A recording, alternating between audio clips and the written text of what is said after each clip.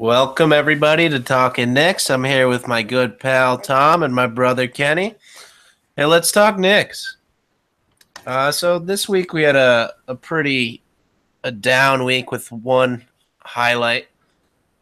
Knicks went Pretty good highlight. Yeah, good highlight. Knicks went 1-3, 1-2 last week, and then we had a game on Christmas on Monday. We took the week off, or we're coming in late this week because of the Christmas holiday. Hope everyone had a Merry Christmas. You guys have a Merry Christmas? Kenny, I saw you yesterday. Did you have fun with me? Yeah, I did.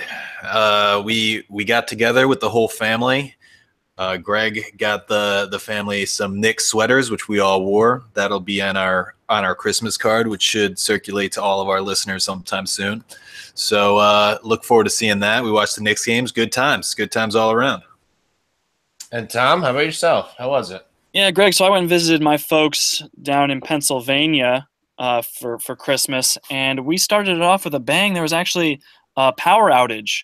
There were some high winds and knocked out the power for about 3+ hours, and as a result, I missed the first half of the Knicks-Sixers game, which was a major bummer, but I caught the second half, so I can talk knowledgeably about that. But I have some questions for you guys. So other than that, solid Christmas all around. Yeah, that sounds good. Out with me. Yeah, we had a fun time. We watched the Knicks. Nice. We watched the Knicks lose, but that was sad. But other than that, it was good. But let's get into it. First game of the week, Knicks lost to the Hornets, 109-91. No Tim Hardaway Jr., as we'll discuss a little bit later, and no Porzingis in that one. Me and you were at work. We had a busy week of work last week, so me and Kenny didn't see this one. By all accounts, it looks like it was terrible from the very beginning. They were losing by 18 at halftime. They lost the game by 18, losing by 24 going into the fourth quarter. Tom, did you actually watch any of this game? Do you have anything to say about it? I did. I watched about as much as I had to before I realized it was going to be a blowout and stay a blowout. But yeah, I was just refreshing my memory, looking at some of the stats. It feels like so long ago now that game happened. But no, so I just want to throw out one stat at you guys, because you guys know that one of the biggest strengths of the Knicks has been offensive rebounding all year. They rank second in the league in second chance points per game. But the Hornets actually are the best in the league at preventing second chance points. So that was kind of one area I was looking at going into this game to see who was going to win, who's going to get the edge in that category. And the Hornets outscored the Knicks 18-0 in second chance points. So even though they only out-rebounded the Knicks 12-10 in offensive rebounds. So just 2 more offensive rebounds, 18 more second chance points. Doesn't really add up, but it was overall just not a pretty game. Not a pretty game to watch. You guys didn't miss much. And the Hornets won by 18. So there it is. There's the entire game. That's it. We figured it out. Second chance points right there. Good work, Tom. Yeah, thank you. This is a game that we talked about on the last podcast. We were kind of writing it in as a win, and like at the end, we kind of caught ourselves realizing, hey, wait, Tim Hardaway Jr. is not playing, so 2 of our best players aren't playing, and this was kind of a wake up because they had just won a game without KP and Tim Hardaway Jr. So like, all right, we could just do that regularly. And it turns out we can't. It turns out if we don't have our 2 best players, we can't regularly win games, even against bad teams, and especially on the road.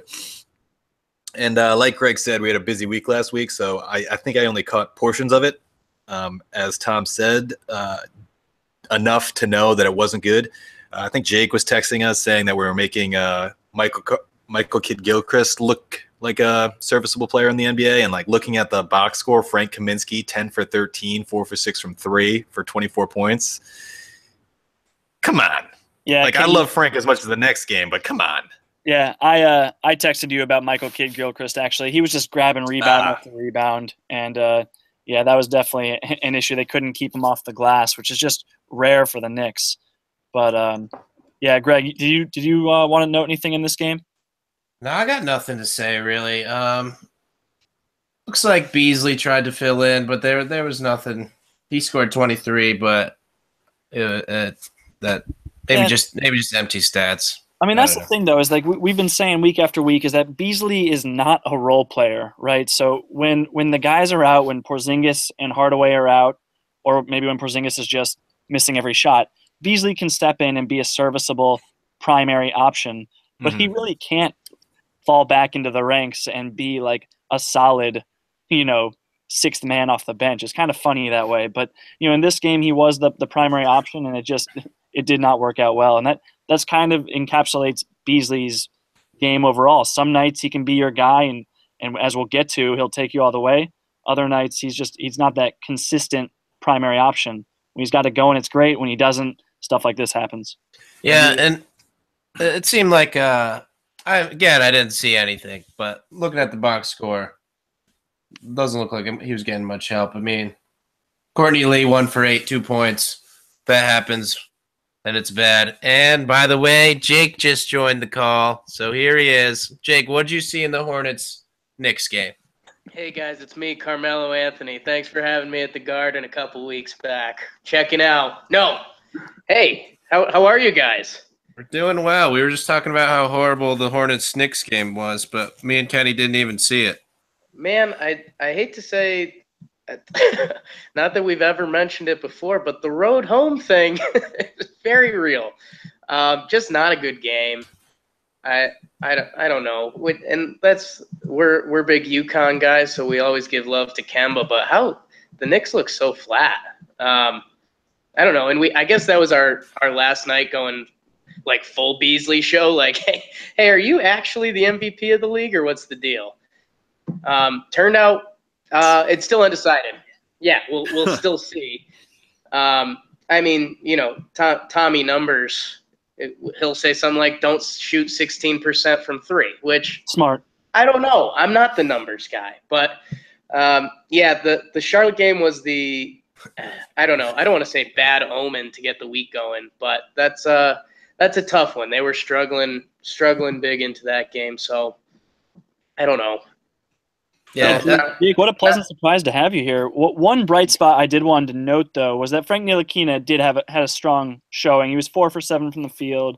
He had 3 assists, still 2 turnovers, but had a steal. 10 points overall. He looked solid, right? So, I mean, you got to take those nuggets where you can find them. Was that the game where he got his first dunk? I think so. I think it was a terrible dunk, but he dunked it nonetheless. But he dunked it like pretty effortlessly. It wasn't exciting, but he like dunked it two-handed effortlessly. I saw the Twitter clips. Now he's a dunk machine. Kid can't be stopped. Yeah. Next game, he just had a steal and dunk. Boom. Just like that's his thing now. Because that's what we were talking about was instead of missing layups, he should just dunk it, and he did Make that, dunks, which is nice. Yeah. So watch out for him in the slam dunk competition. So let's move on to our first announcement. Yeah. Our highlight of the week, the Celtics game. This was an unexpected victory, I would say, especially considering what Porzingis did. He came back from injury. I think he missed the previous 2. I guess he kind of came back from injury. He was on the court, at least. He wasn't really playing basketball. Shot 0 for 11, scored 1 point. And the Knicks beat the number 1 seed in the Eastern Conference somehow. And that somehow was because Michael Beasley actually played like the MVP. It was funny because in the fourth quarter, he only had about 15 points, and he was going to the free throw line. And the crowd just started chanting MVP. And from there on, he scored every single time. He ended up with 18 points in the quarter alone and 32 in the game. And it's just funny because he was hearing the MVP chants when he only had about 15 points. And you wouldn't expect him to continue, but he did. He heard it, and he ran with it. So what were your thoughts on that game, Tom? It was a good one. It was a good one. And as poorly as the Knicks did on the offensive glass against Charlotte, they kind of regained their edge against Boston. And Boston's known to be a little weak in the front court, right? So, I mean, Horford's a little, I wouldn't say soft, maybe you guys would, but he doesn't do a great job against the more dominant bigs, just physically imposing bigs like Cantor. So, against Boston, the Knicks outscored the Celtics 18-5 on second chance points. So and I had a 40-24 edge in points in the paint. So just anything near the rim, the Knicks were just the more aggressive, more physically dominant team in this one.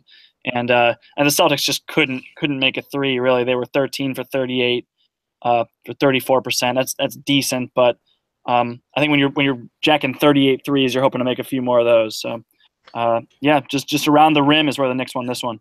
Yeah, and where the Knicks shot 16% from three against the Hornets, they shot 57% from three against the Celtics. So that was helpful compared. But the Knicks are also only shooting the least amount of threes in the NBA, so that fluctuation is a matter of about 4 or 5 threes. The Knicks case, it was 5. So, Kenny, what were you going to say? I was going to say exactly what you were going to say. Is, as Tom was saying, if you're shooting 38 threes, you're hoping for a better clip. If you're shooting 14 or shooting 57%, I think you should probably be shooting more threes. But what do I know? But like everyone's kind of said, Michael Beasley, like you said, heck of a game after he got the MVP chance. At one point, he scored, I think, 22 out of 32 points for the Knicks, which is a pretty good clip. Also pulled down 12 rebounds.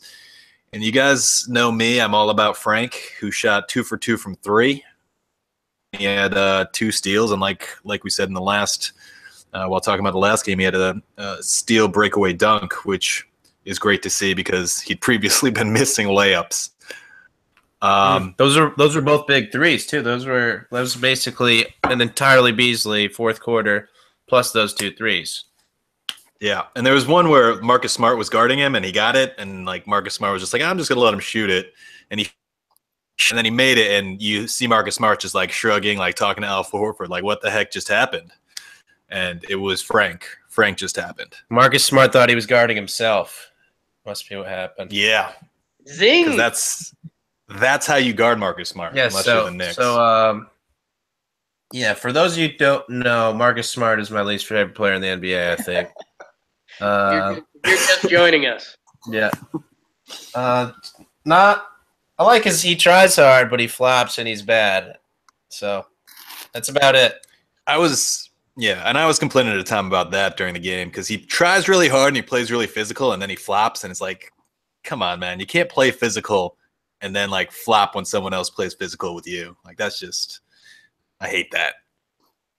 Hey, Jake, what about you, man? What are you thinking? What about Marcus Smart? What about the game in general?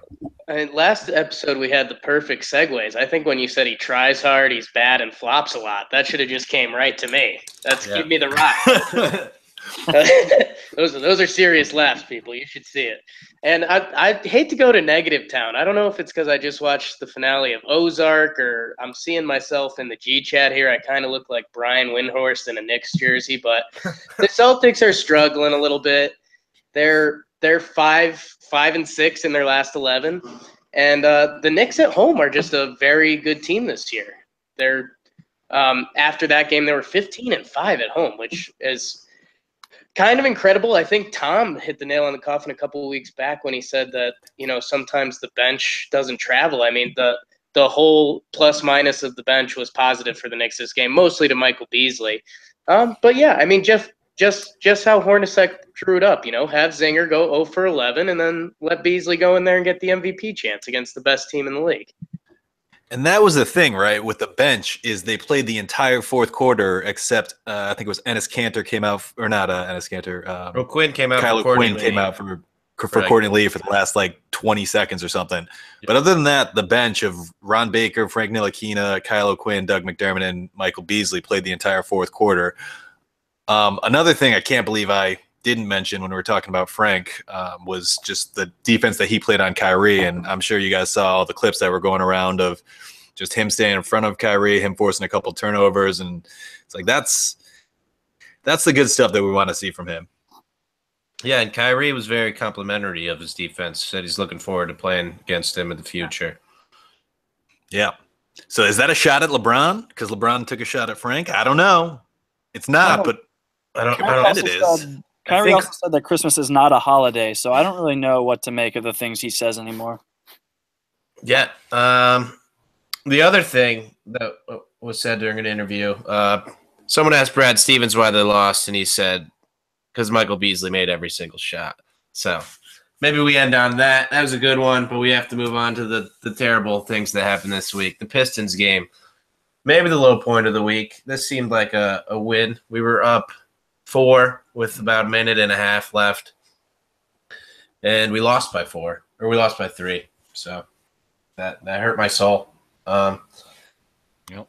Porzingis came back, started doing his thing, scored more than 1 point, actually scored 29 times that many points.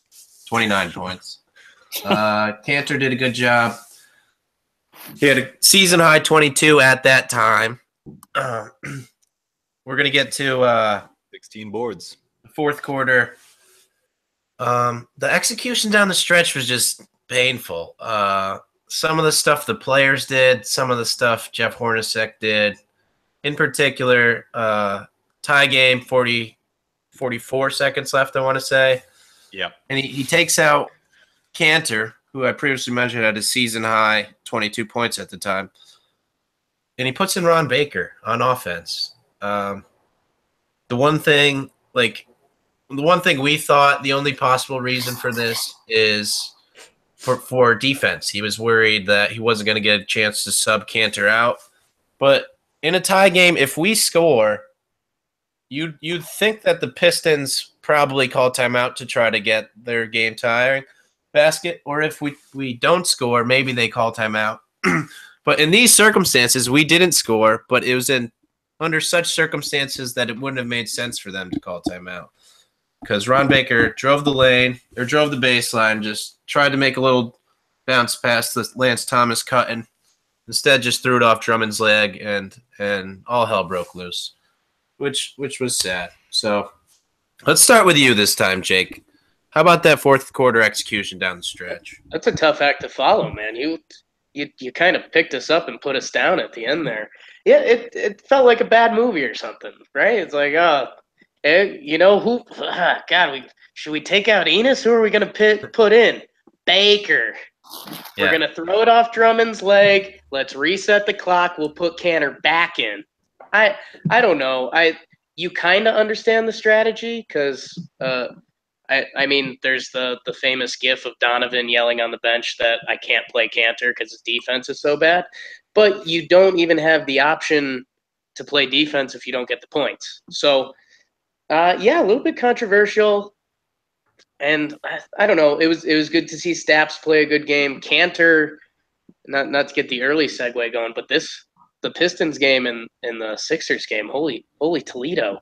But Zinger was back, and I'm just going to keep patting Tom on the back saying the bench mob didn't travel. The bench gave us nothing. I mean, you've got plus minuses coming up on 20 for Beasley, O'Quinn, McDermott, and Ron Baker.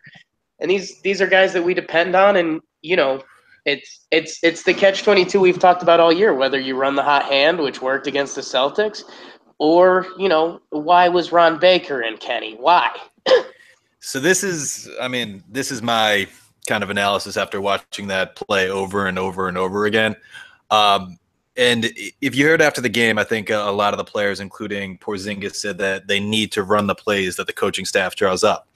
Because I watched that play, and you see Jarrett Jack come across to set a cross screen for Porzingis, and Porzingis just stays there. And Jarrett Jack the ball gets inbounded to Porzingis, and Jarrett Jack clears out, and he's clearly frustrated. He's waving his arms in the air. He's shrugging like, what the hell just happened? And he goes over and into the corner, whereas that's where I assume that Ron Baker was supposed to be standing, just in the corner, not doing anything. Instead, Ron Baker ends up running the pick and roll with Porzingis and throwing it off of Drummond's leg. So, some of that is on Porzingis. A lot of it is on Baker. A lot of it is on Hornacek. But, you have to run the plays that the coach draws up.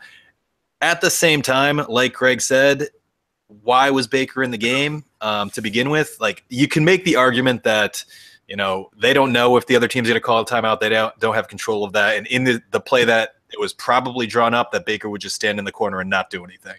And then he would get back and play defense in the worst case scenario. And, I'm just not really sure kind of what his play was there. And I know we've had kind of a love-hate relationship with Jeff Hornacek where, 1 week we're saying he did a great job playing the hot hand. The next week we're saying, what the hell was he doing? But in the end, I just think you can't put Baker in there. I don't even. It's arguable whether he's even our best defensive option in that position. So I'd say it's not arguable. I'd say he's definitely not. Yeah, it's pretty inexplicable to put Baker in there. But Baker was kind of put into a position to fail. Like you said, Hornacek, it's really tough to read if he's the coach that we think can take this team to where we want it to go. But some weeks he's got it. Other weeks, like you said, he just leaves you scratching your head. But I don't want to be too critical of Kristaps because he went 12 for 28. He went 3 for 9 from 3, and a couple possessions before he took a 3 that Clyde described as just a bad shot, and it really did end up coming back to bite him a little bit. Not enough time was taken off the clock. It wasn't a very good look. It was contested. I just thought that the way he was playing, particularly from inside the arc, I thought Porzingis could have gotten a better look, and he just seemed to rush it in a time when you really can't afford to rush a shot. So, again, Porzingis, he was plus 13 in his minutes, had 29 points, 9 boards, played great, but just decision making down the stretch in crunch time is that's what wins and loses games. Yeah, and that rush 3 was 54 seconds left up 2. Am I echoing? Sound good to me. All right, I was echoing for a second there. I'm back. I kind of liked it. Yeah, well, I'll just say everything twice then. Thank you. Tom, let's go back to you. How about those back-to-back Courtney Lee ISOs to end the game? I mean, I know I was pretty critical of Lee. Did any of you guys think that there should have been a foul called on those? I think he wanted the foul call in the first one at least. But it seemed like so obvious that he was trying to draw the foul. Yeah, so Courtney Lee this year has actually been a very good isolation player. Him and Beasley have been our 2 best options there. But overall, Courtney Lee doesn't have really the size to create space like that, especially when the defense is locked in. And I just think that Hornacek could have drawn up better options to create more player movement, more ball movement.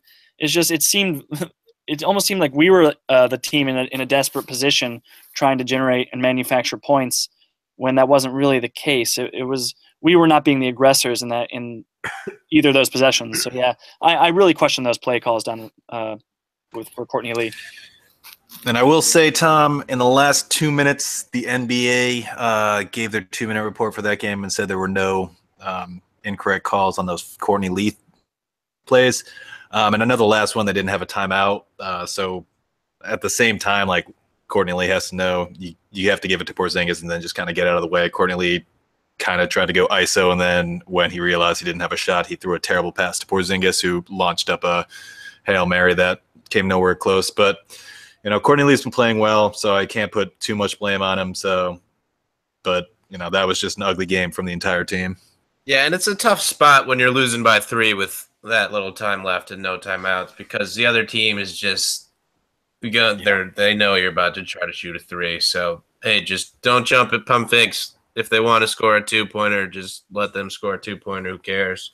So you're just guarding the 3-point line. So there was really no hope when we started going ISO and the other team is just guarding the 3-point line. That's just not going to work. Yeah, one thing I questioned in that one was having Jarrett Jack out there defending in crunch time, especially against Reggie Jackson, who is trying to be the hero there. And it would have been nice to have Frank out there just to bother Reggie Jackson a little bit more, to put his length on him, because Reggie really hurt us down there and hit some of the game-deciding shots. So I also question Jarrett Jack just being out there, particularly for his defense. Yeah, Reggie hit the game-tying little floater in the lane, and then he got fouled to hit the game-winning against Jarrett Jack. Little soft foul, but terrible defense nonetheless. Terrible defense. So, Jake, what do you got to say about the game? Man, I got my kind of main ideas out there. I started talking about Ron Baker throwing it off Drummond's leg as an actual tactic. So I don't know. I think we joke about our swing game. I think that one kind of took the cake that week. A game they could have had on the road, which after beating the Celtics again, get the media train going, get all that going. You guys know the rules. I take over as host for one time every show. Speaking of Jarrett Jack being bad, how about the Sixers game on Christmas? No, too soon on the transition. Was that right? No, that's a perfect transition. All right. Good. I just don't know. I don't. Merry Christmas to you guys. Did I miss that? Was that the start of the show? Yeah, you missed the intro when we all talked about how great our Christmases were, and we were all grateful that you weren't here to have that conversation. But now you're here, so tell us how your Christmas was before we get into the Sixers game. A Christmas miracle. Well, the Sixers game pretty much tells the story of my Christmas. We're a little under the weather. I'm getting emotional watching Ozark. The thing I'll pass to Gregoire to get his analysis game going. We were so excited the first 3 weeks of the season to get serviceable point guard play, whether it was Jarrett Jack, Ron Baker's every other game. I guess that was later in the season. That's kind of now.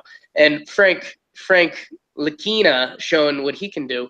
And Frank was our best point guard he went 2 for 8, 4 points, 3 assists, 2 rebounds. Baker and Jack combining for 0 for 9. I mean, it's just it's brutal. And we'll get to the shooting numbers too, which paid off. But Greg, can I put all the blame on there? I mean, what's the deal? The point guard position and just the backup 2 guard is hurting a lot. I know I used to always talk about how Jarrett Jack would be doing a decent job, and he'd always just toss up a terrible shot just because he deserved it, and we said that used to be okay. But now that we've moved on, he still does it, and it's just like, stop, Jarrett. He did it pretty late in that Sixers game at like a pretty key point. He just took like a jumper from the elbow, and you wish he hadn't done that. So I got no problem with Jarrett Jack starting the game, going for the first 3 quarters, play as much as you want. First 3.5, do whatever you want, Jarrett Jack. But it's getting to the point where maybe it is Frank time, I'm thinking. He's better at defense. He has more offensive potential. The one thing is Frank just turns the ball over, sometimes very badly. Against the Celtics in particular, he had back-to-back turnovers, back-to-back very bad turnovers. One of them he got tripped, which Kenny pointed out. The other one, he just did a terrible job and turned the ball over. And it seems like he does that in the fourth quarter sometimes. So maybe Hornacek is just trying to protect the ball, which you can't blame him for doing that. Frank's better at defense. Frank has a higher ceiling. And the one thing I want to point out is in these Pistons and Sixers games, Jarrett Jack, 4 points. Lance Thomas, 3 points against the Pistons. Jarrett Jack, 0 points. Lance Thomas, 2 points against the 76ers. That's 2 of our starters combining for 2 points in a basketball game. That's probably why we lost. Yeah, it's not good. One thing that I know it's on the list to talk about later is Hardaway Jr.'s absence is clearly an issue because if you're talking about, end of game situations, earlier in the season, what we were doing was we had Frank in the game, but we had Tim Hardaway Jr. Handling the ball, which, is a better idea because Tim Hardaway Jr. is more of a threat to score and he's less of a threat to throw the ball to the other team. And at the same time, you have Frank's defense. So that was working for us. And then, because of his injury, he's been out for a while and we've been stuck with, either, Jarrett Jack taking some questionable shots or Frank, being a little bit too loose with the ball. But that's kind of not really been discussed that much on the pod is just how much we've missed Tim Hardaway Jr. in those situations where, at the end of the game, it would be nice if we had one more good player on the court. Yeah, and you don't really realize how much you miss Tim Hardaway Jr. until you see Ron Baker play. Very true. So, guys, I mentioned that I didn't get a chance to see the first half of the game because of due to blackout in the Philadelphia area. But I see J.J. Redick had 15 points in the first half. And I just went through and looked at those highlights, and I noticed one common thread, and I do not want to sound like I'm sour on Kanter, who played incredibly in that game, especially on the offensive end. But for every one of his buckets in the first half, they were having Kanter's man, which was Joel Embiid, set the screen for Redick on Courtney Lee, and then Kanter was just sagging off into the paint, not helping out, and Redick was just getting open jump shot after open jump shot because Courtney Lee couldn't get over the screen fast enough, and there was no help from the screener's defender. So, yeah, that's one area that I know Kanter really struggles in. He's actually the worst in the league at defending the roll man out of the pick and roll. He's in the 4th percentile per NBA.com. So, like, when people talk about can't play him and that defensive stuff, like, this is what they're talking about. Is, you know, it looks like Courtney Lee's defending Redick the whole time, and then it's like that's his man. But like, there's really that's a team defensive scheme that they got to work on. Yeah, and go ahead, Greg. You say 4th percentile, so he's not the worst. Of qualifying big men, but the qualifications I made up. Oh, perfect. Exactly. Yeah. There you go. That's a callback to a previous episode. That is a callback. But yeah, so he gives up 1.52 points per possession defending roll men out of the pick and roll. That doesn't include guys like JJ who are using the screen and pulling up. So it's probably even a little worse than that. So yeah. Like, and this kind of goes back to the bigger question of the grand scheme of our future of what we do with Kanter, because he's obviously been, you know, statistically he's been playing great. He's been playing great on offense. He's been rebounding the ball. But like Jake said, there is that Billy Donovan moment where it's, can we play him in defensive situations because he has that kind of inability to guard the roll man. Maybe it can be learned. He's still fairly young, but you know, this brings up the question of, we have a lot of big men. What do we do? And look, guys, I don't mean to pick on Kanter here. He dropped 31 points, 22 rebounds. The Knicks were +3 in his 35, almost 36 minutes. So like, he wasn't the problem. I couldn't believe that Redick had 15 in the first half, went for 25, 24 for the game. It just, I couldn't believe that we'd let that happen. I mean, there was also just a terrible call against Courtney Lee, which I am willing to attribute most of his scoring to, for no other reason than I'm a homer.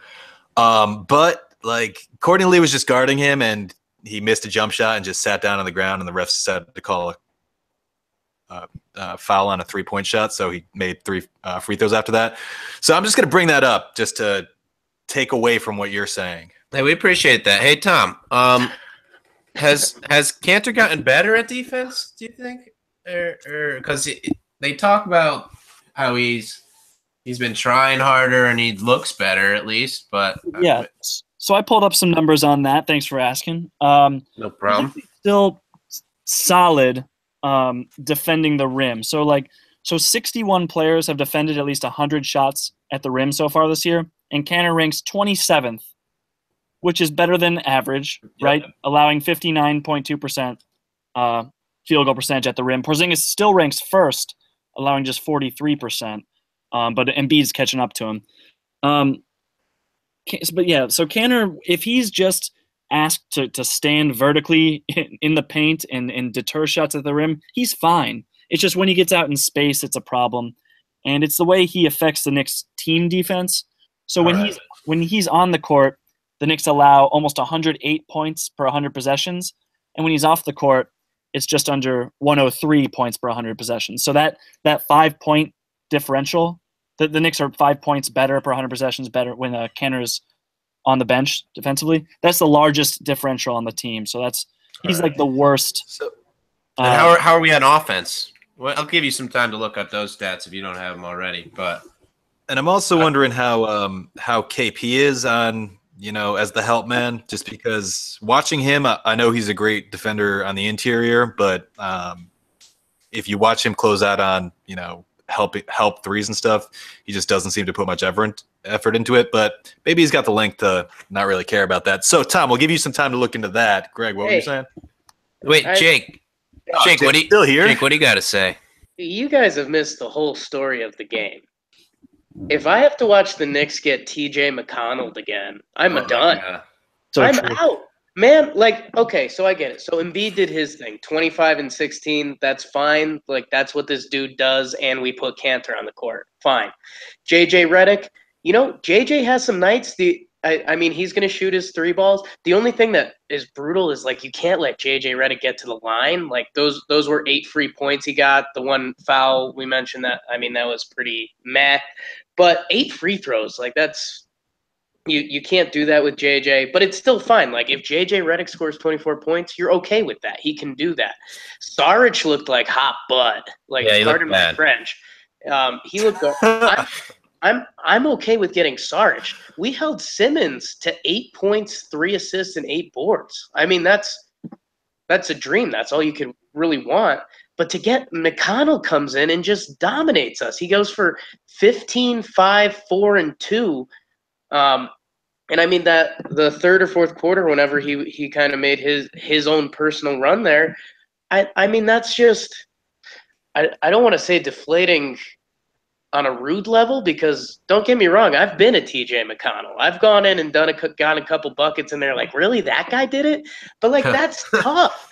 Like, you're trying to lock down Embiid and Simmons and these guys, and then McConnell goes for 15. He's their third leading scorer on the night. I just think that was kind of brutal. And I mean, after the game winner over Melo last year, I mean, I think I made the joke with you guys that, it's LeBron's favorite playground. It's TJ McConnell's favorite playground. Let him play one-on-one for it. Yeah, it's sad. One thing I want to point out, I don't even know if this is true. Just looking at the box score, the entire Knicks starters are positive, plus minus. The bench, minus 17, minus 10, minus 10, minus 12, minus 13. Entirely double-digit negative. The McConnell effect. Yeah, for the Sixers, Simmons is minus 4. Joel Embiid's plus 25. In 33 and 34 minutes. Does that mean that Hornacek was just letting Embiid go at the second unit? That's what I would assume if I'm just looking at the box score, but I don't have any facts to prove that. It seems that if he's plus 25 and our entire starting unit is in the positive, it seems like he had to have done damage against that second unit. And anecdotally, I know we were watching the game together, and I was talking to you about Kyle O'Quinn trying to guard him and how bad it was. I know there was at some point he was squaring up for a 3, and he did not even like a real pump fake, but just like I'm going to pretend to pump fake. And Kyle O'Quinn just like jumped straight by him, and he just drove it in. That's funny.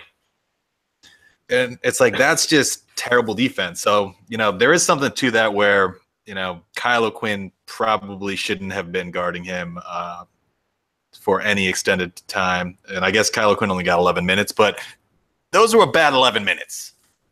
Yeah, minus 10 in 11 minutes. So if he played the whole game, he would have been a minus, 44 or something.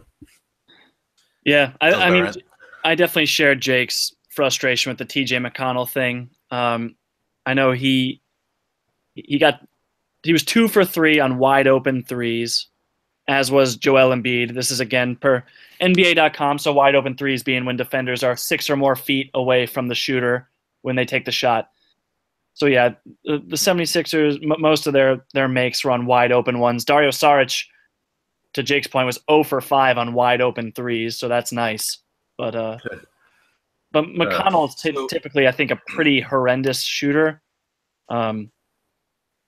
So usually I'd say like let him shoot, but wide open is a different story. So he's just one real quick. He's actually this year he's been a decent 3-point shooter, but usually he just doesn't take them. Yeah, so he's shooting 48% on 1 attempt per game. Career 32%. Tom. There you go. That's what we're looking at. That's it. Thank you. The thing is, though, sometimes we talk about how sometimes the ball doesn't go in the hoop. sometimes the ball does. And like in this case, I know there's just one play in particular I'm thinking of where, Frank was guarding him really well. And he like drove into the paint, like did a spin move, and Frank was on him, hands up, and he just made a floater over him. And like that's for some reason that's the only play that's coming to mind for McConnell on my end. But sometimes that happens where shots just fall. So I'm not as kind of. It's not great that McConnell scored 15, but at the same time, I'm not. 15 points is not a huge number that is like unreasonable. We got any final thoughts on on this game before we move on to some of the bigger topics? I know I got one topic that ties in anyway, but Jake, you got any last thoughts? Man, I've just got a little thing which is funny because we like digging through the box scores and you like watching the game. Man, Kenny mentioned buckets that go in and it's just like deflating. I remember the Knicks were kind of rolling, and dude, Amir Johnson made this hook shot that hit every device in the garden it could, and then it dropped, and you're just like, what? Yeah. And like that's something that doesn't show in the box score.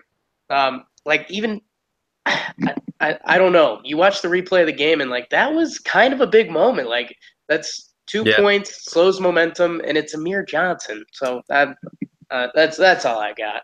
Another deflating point. JJ Redick missed a 3. Someone on the Knicks slapped the ball. I think Kylo Quinn maybe just slapped the ball out instead of grabbing it.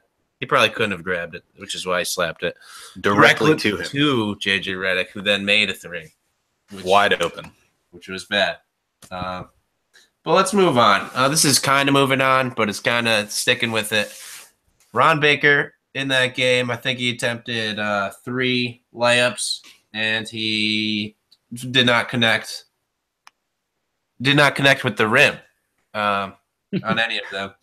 Embiid might have blocked one. It was tough to tell, but, based on his other 2 attempts, I'm not convinced that Embiid did block it. So that hurt. And we keep seeing Ron Baker play, and that just makes you think about how much we miss Tim Hardaway Jr. Ron Baker's not necessarily taking Hardaway Jr.'s minutes, but he's taking the backup minutes of who would be playing, and it hurts. So what are you thinking about? What are you seeing in Ron Baker, Kenny? I need your take on Ron Baker badly. You know how I feel about. Yeah, that's Ron why Baker. That's why I need your take badly. I am not a fan of Ron Baker. Like, I get it. He tries really hard. He plays some pretty good defense, but like particularly this week, watching him play on offense was just horrendous. And it's not even that, he makes stupid decisions, which we talked about last week, is sometimes he'll get cocky or he'll get like pumped after making good play and just do something stupid. It's that he's just like bad at playing offense. He has trouble dribbling. He gets, overconfident. I don't know. It makes me angry to just think about it. But like you said, when Tim Hardaway Jr. comes back, I just don't think that there's kind of any room for him. Yeah, and he didn't really – he played the first 3 games. I think he played 1 game for like a minute or 2, and then maybe he played the last game Tim Hardaway Jr. played in, and then since Hardaway Jr.'s been out, he's been playing. So hopefully when Hardaway Jr. comes back, Baker stops playing. Does anyone else have any takes on Baker? Should we just move on to Hardaway? Can I throw something out there real quick? So Baker this week in 4 games, this week, he is shooting 8.3% from the field. That's solid. That's solid. That's all I got for you guys. That's all I got. So that goes along with my whole premise that he is terrible at playing offense. Yeah. So he took 6 shots from within the restricted area and made one of them for a robust 16.7% from the restricted area. That was a layup against the Pistons, assisted by Beasley, I believe. Wide open. It was a good cut. Good back cut, Ron. More of that, less of the missing layups. So I actually had the stats too. Ron Baker, 9 for 21 from 3 this year, 5 for 18 from 2. So that adds up to very bad. So he's shooting about 42% from three, but like 36% from the field. And we've talked about that where if his whole role was on offense was just to stand still and maybe shoot a three if he's open, I'm fine with that. But somehow he ends up handling the ball. Yeah, Lance Thomas. But he ends up handling the ball and just throwing it away and, taking cocky shots and trying to drive to the rim and missing the rim on layups. So, all right, let's move on to that's my 2 cents. Let's move on to some better stuff. I don't know. Jake, talk to us about how much we're missing Tim Hardaway and what he used to bring to the table. They said we're expecting him back sometime this month. He's not cleared to run yet, I guess, which doesn't sound good, but Hornacek expects him back sometime this month. Hasn't played since November 29th or sometime at the end of November. The quotes are like really weird. Like even from the start, I think we mentioned it 2-3 podcasts ago, and we kind of BS through it because we weren't sure of the injury. But like they've still been weird about it. Haven't they been saying shin the most? But like the most recent quote I saw was like it was a positive thing. They're like, well, more movement every day. It's like, okay, so that's cool, man. Me too. I don't know. We which I'm sure they mentioned on the broadcast, and they said it. We tried to say it every other way, and they actually said it the SOA. But I mean, 16 of the next 20 are on the road. We're a bad road team. I don't know. I have no idea if Tim Hardaway was close to playing against Philly and they're saving him, or if we're not going to see him through January.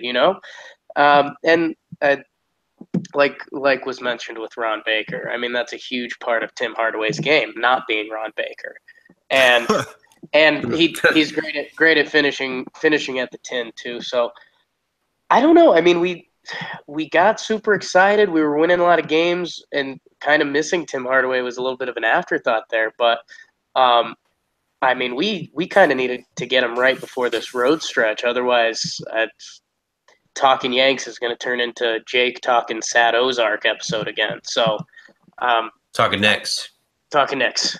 Talking Yanks. Talking Knicks. Talking Knicks is going to turn into Talking Yanks. Talking Ozarks. Talking Ozark. Yeah, I watched the first episode of Ozarks. I like Jason Bateman. We'll see if I jump back into that. But gotta go. Yeah. Yeah. I mean, speaking of transitions, the Knicks have really struggled in transition without Tim Hardaway Jr. And just I'll give you some numbers for the entire year. The Knicks rank 24th in transition frequency in the league, so they only run transition. They only get out in transition on 12% of their possessions. What was that in the league? That's 24th in the league. But then they're only 25th in efficiency, so scoring on those plays. So not only are they doing it very infrequently, but when they do get out there, they aren't even scoring well. So they're in the 17th percentile. They rank 25th in points per possession on transition. So that's just where you're supposed to get your easy buckets, and that's something that Tim Hardaway Jr. is elite at. I mean, he's one of the best shooting guards in the league at that. So since he's been out, I'm sure that the Knicks have just cratered in that category, and it's hard when that your offense relies on that, right? So in December is actually the Knicks offense, which has really struggled. In December, they've had the 20th ranked offense and the 9th ranked defense. So maybe that'd be surprising to you guys, but their defense has been top 10 this month, but they've been so bad offensively, it just hasn't really worked out. So Tim Hardaway Jr., we miss you. That is surprising, and that transition number is surprising too, because you could see Hornacek telling him to push the pace a lot. That's his move. He just stands on the sideline and gives the third base coach go, go, go. Yeah, Greg, you could stand in as coach there, but then the Knicks. Here's another number for you. So transition's a little different from fast break points. The Knicks ranked 29th this year in fast break points at 6 points per game. That's even worse than 24th. Second to last. Yeah. All right. Jeez. Well, now I'm sad, so maybe we should just end the pod. No. So great pod, everyone. We talked about it a little, but let's keep going. Are we playing Jared Jack too much? Jake, you're the one who started it. You started this conversation. It's tough. We You know why I mentioned Talkin Yanks? Because I was going to mention it with Ron Baker, like I mentioned it to you guys. The Yanks have relief pitcher Dellin Betances. Tom, I'll paint the picture for you. I know you're newer to the game. What? Dellin Betances, huge guy. He's been an all-star like the past 4 years, relief pitcher. But there's literally days when he just can't throw a strike, and it got so comical to the point that I think Girardi pulled him after 3 pitches or 4 pitches. I thought it was before a full at bat this year. Yeah, but I think so. They literally saw it and it was just recognizable. It was like, today's one of the days. Throw up the red flag. Not today, big fella. We appreciate you, and I think we need to do that with Baker. I think Jack's a little more touch and go because he is a veteran presence. He can have a bad box line but still be a solid player, right, by moving the ball and things like that. So I don't think we're done on Jack, but I think it's getting to the point where it's still a little inexcusable unless he's having a good night, like the end of the Pistons game. Why? Yeah, he scored his first points in that fourth quarter. If he's if it comes down to 4 guys having a bad game, whether it's Jack, Sessions, Baker, Frank, I mean, you still throw Frank out there and at least Frank has a legitimate skill that he can bank on. He can play defense, and Jared Jack, if he's having a bad night, what does he bank on? Moving the ball on offense? I mean, that's tough. That's still the NBA. So I don't know. I still like Jared Jack. I loved him in the Knicks Christmas photo, went turtleneck and blazer. So you can't lose that kind of thing because Will Bill and the young guys want to go with the young swaggy sweaters. Just traditional, baby. Give me that turtleneck and blazer all day, and then give me Frank in the fourth quarter. I've got a Jared Jack stat for you guys if you're interested. We're interested. Oh, yeah. Greg's not. Never mind. Yes, please. So when Jared Jack is on the court, the Knicks offense scores 107.7 points per 100 possessions. That is the best figure on the team. So yeah, the Knicks offense really does seem to thrive when Jack is out there. How's the defense? Wait. They score 107 points per possession with Jack on the court, and that's the best on the team. And they gave up 108 with Cantor on the court. The answer is yes. I remember. So that means Cantor has to be a net negative, right? Cantor is a net negative. That's right. Wow. There's a sad fact of the day, everybody. I mean, this is just pure net rating. I don't know. Yeah. It doesn't equalize for lineups and all that stuff. Yeah. But just straight up, when Jared Jack's on the court, Knicks score 107.7 points per 100 possessions. When he's off the court, they score 102. So they're 5.7 points per 100 possessions better when Jared Jack's on the court offensively. What about defensively? Defensively, they're 3 points worse with him on the court. So it's a net. He's a net positive 2. Yeah, because that's the concern with Jared Jack, and especially down the stretches. I don't know about his ability to actually play defense against NBA players. But again, like we talked about this earlier, the issue with Frank is I don't know about his ability to handle the ball down the stretch. So that's why we need, Tim Hardaway Jr. and we maybe even a little bit of just Courtney Lee handling the ball down the stretch in close games. Because it's just a lot of the offense down the stretch is sometimes it's just pick and rolls with the point guard and Kristaps and everyone else just clear out and park by the 3-point line. And that's something that Frank can do. And I'm happy to have him do. So I think a lot of Frank's problem handling the ball down the stretch is mental. He just seems to throw the ball away. It's not like he can't dribble it like Baker. It's more decision making, which hopefully that'll come. He's 19. That'll come. He's 19. Jinx. No. It wasn't the same time. What? I got we can move on from Jared Jack, Ron Baker, Frank. Little note: is Joakim Noah ahead of Willie in the rotation in the Pistons game? Hornacek just snuck in Joakim for 3 minutes. I don't think he didn't want anyone to see, so he tried to be sneaky about it. But Kenny, what do you think about that move? Tom, what do you think about that move? Yeah, Oh, what yeah. All right. I mean, I don't even really know where Billy is in the rotation at this point. It seems like Hornacek. We don't know what goes on behind the scenes, right? So we have no idea Yeah. what's really going on there. But it does seem like he's just completely fallen out. He's only playing during blowouts. And, if Joakim Noah gets the 2 minutes of garbage time instead of Hernan Gomez, that doesn't really bother me so much. It's frustrating that he's not even an afterthought in the rotation. So that's what happens when you have a half dozen bigs vying for time. Like someone's going to get left out, and it happens to be Hernan Gomez here. But I do think he has value. I think other teams look at him and think of him like on a cheap contract. And I'm not saying that the Knicks should trade him, but maybe testing the market wouldn't be a bad idea if he's just going to waste on our bench. He's a very skilled player, and I think some teams could use him. Yeah, and the one thing is, it wasn't garbage time. It was it might have been the second or third quarter in this close Pistons game I'm talking about. But it was only like two offensive rebounds for Big Bro Joe, by the way, in those 3 minutes. Yeah, it was only 3 minutes, so it wasn't anything serious.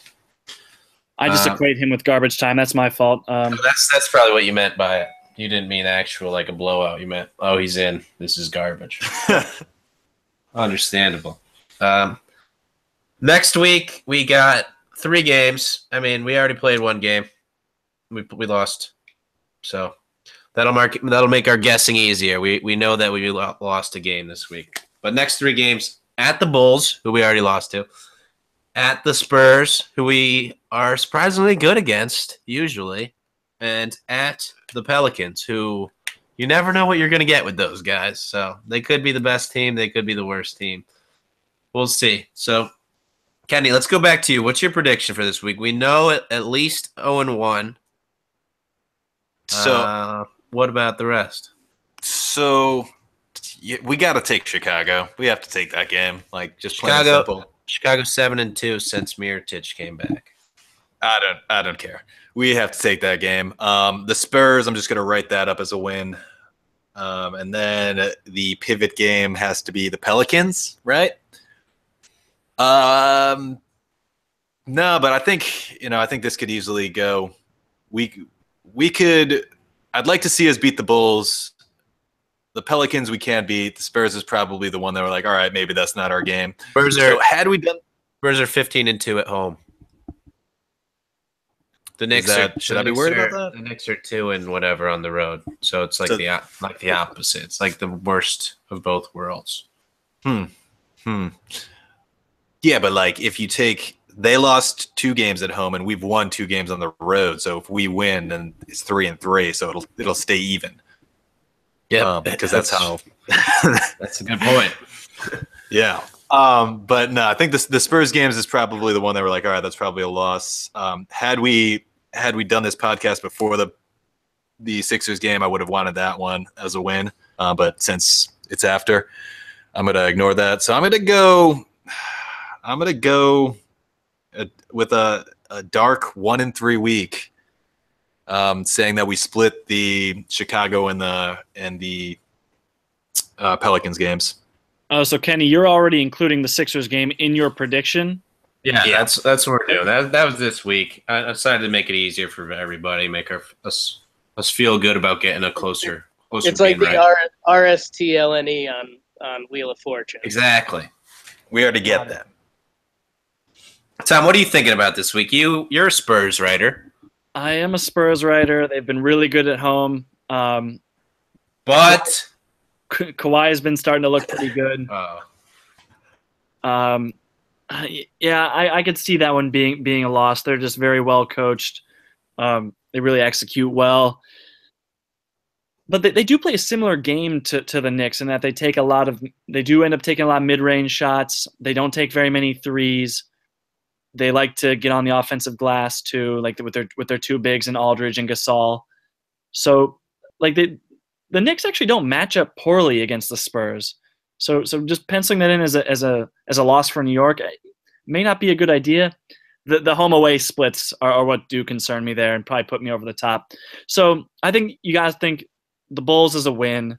You just have to win that one if you want to make the playoffs. Like, you can't go going losing to the Bulls twice in a row. And then the Pelicans is going to be interesting, man. Like, Davis and Cousins are both beasts. The Knicks would probably put Porzingis on Davis and Cantor on Cousins, but it's tough because Cousins likes to have the ball out in the perimeter and like drive from the 3-point line and make plays that way. So it almost makes you think you'd rather have Porzingis moving his feet out there. Hornets got some interesting matchups for that one. I'm going to go ahead and say that the Knicks will beat the Pelicans and get 2 wins this week. So 2-2 for the week. All right, that's what I like to hear. One thing I want to note is in the last 5 years, the Knicks are 5-5 against the Spurs. So that's good. That's way better than you would expect because we're the Knicks and they're the Spurs. And the Knicks were really bad for a few years. So yeah, that's true. We beat them. Probably the win. We beat them in that year where Shane Larkin was our best player. So Jake, you look like you're trying to get out of here. You got any parting thoughts? What are we gonna do this week? You guys are gonna call this a hot take. I think we go 4-0. Turn back the clock. Santa Claus came to town. No, you guys touched on a lot of the good stuff. I mean, the Spurs is what it is. Go up, shoot some threes. If they start going in, okay, go for it. I like that. If not, you say, okay, we're on the road against the Spurs. Catch them next time. And also just, hey, we kind of were right about it. The first real Knicks road trip or first back-to-back. I wonder if this road trip, some fatigue, if you do start seeing Willie get in the rotation, that'd be something to watch for a little bit. But you guys kind of nailed it on the head. I mean, the Pelicans are a weird matchup for everyone nowadays, right? They throw the two elite centers at you in a league that doesn't really have centers anymore. So again, that Houston Pelicans box score still haunts me, where Drew Holiday and Etuan Moore combined for like 150 points or whatever. So we'll see. I mean, that's a coin flip. And the Bulls, I mean, I don't want to tell you guys I called it, but Lauri Markkanen, Rookie of the Year, Mirotic MVP. So I don't know. I would love – God, you have to get one. You have to beat the Bulls. We have to. Yeah, but then if they beat San Antonio and New Orleans, we're saying, okay, we're the best team in the world. So I don't know.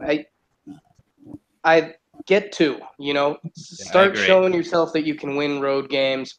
The Bulls one would be huge because then you could kind of in your head split San Antonio or make an excuse for San Antonio.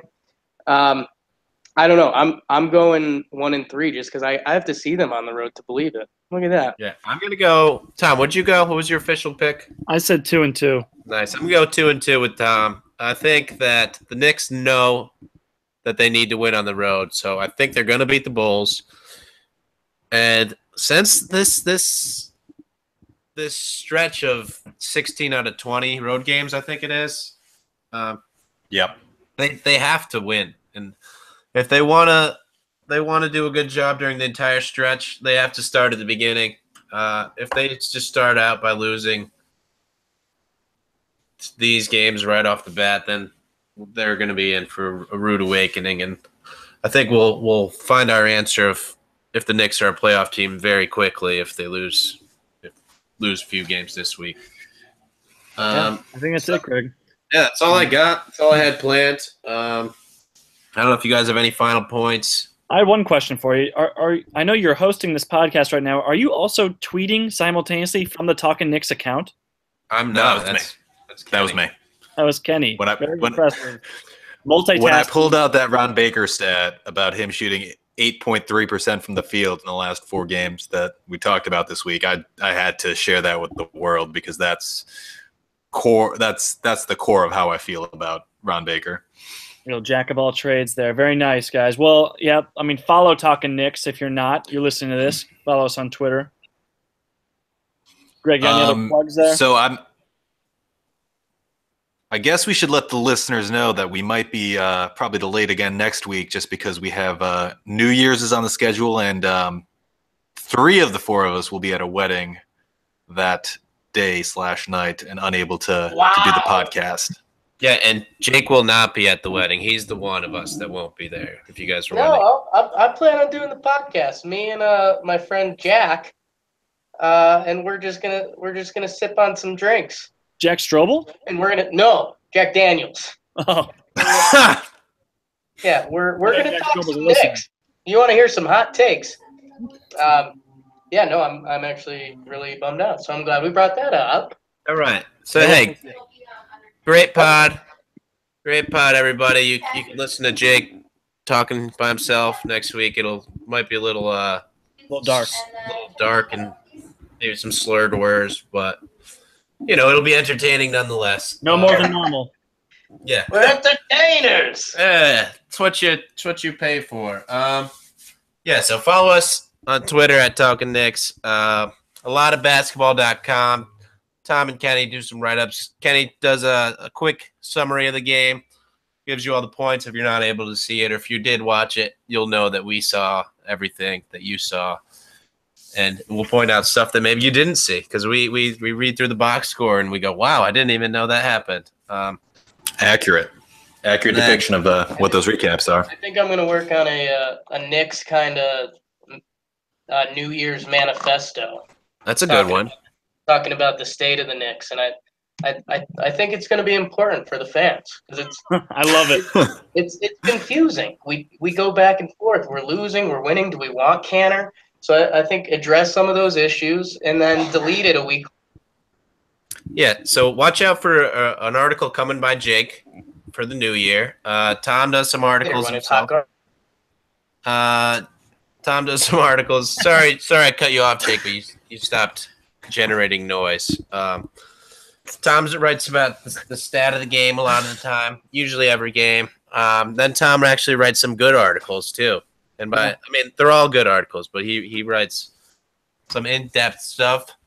Tom's a good writer. Jake's not a good writer. He's leaving. All right, guys. That's all I got for you. So follow us, read our stuff, a lot of basketball.com. Hey, thanks for talking Knicks with me, guys. All right, thanks, guys. Hey, let's go Knicks.